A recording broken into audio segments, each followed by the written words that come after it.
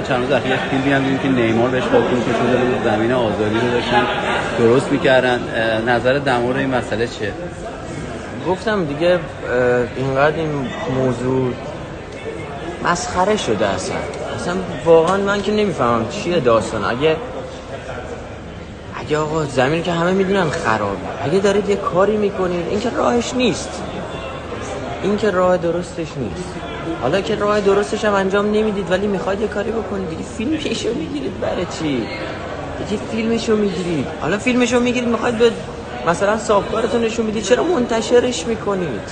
خب به خدا یه چیزی فقط بهتون بگم و ببندم این موضوع رو. از روی سکو